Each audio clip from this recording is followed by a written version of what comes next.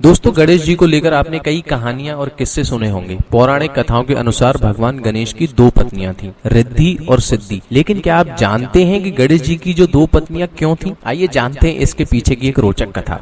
पौराणिक कथाओं के अनुसार गणेश जी एक बार तपस्या कर रहे थे। तभी उस तरफ से तुलसी जी गुजरती हैं और वह गणेश जी को देखकर उन पर मोहित हो जाती हैं। तुलसी जी गणेश जी से शादी करना चाहती थीं, लेकिन गणेश जी ने खुद को ब्रह्मचारी बताते हुए तुलसी के प्रस्ताव को ठुकरा दिया। अपने विवाह का प्रस्ताव ठुकराने से तुलसी जी नाराज हो गईं और उन्होंने गणेश जी को श्राप दिया। तुलसी जी ने कहा कि तुम्हारे एक नहीं बल्कि दो विवाह होंगे। इससे क्रोधित होकर गणेश जी ने भी तुलसी को श्राप दिया कि तुम्हारी शादी एक असुर से होगी। यही कारण है कि गणेश जी की पूजा में तुलसी का प्रयोग नहीं किया जाता है।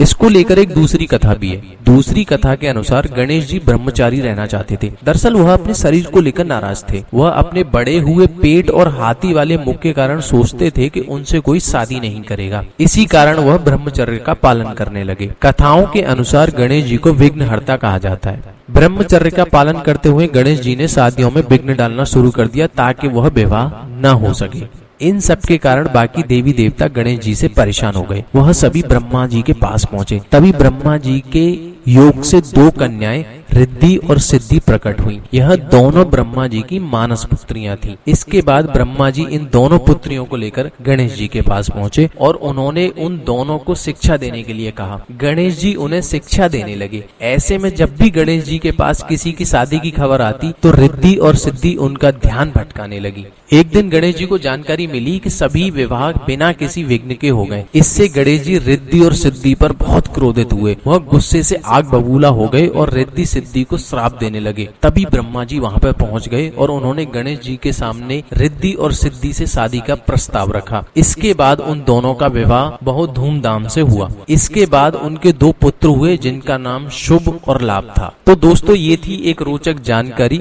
गणेश जी की शादी के बारे में और उनके बच्चों के बारे में। आपको ये जानकारी कैसी लगी, आप हमें कमेंट बॉक्स में जरूर बताएं।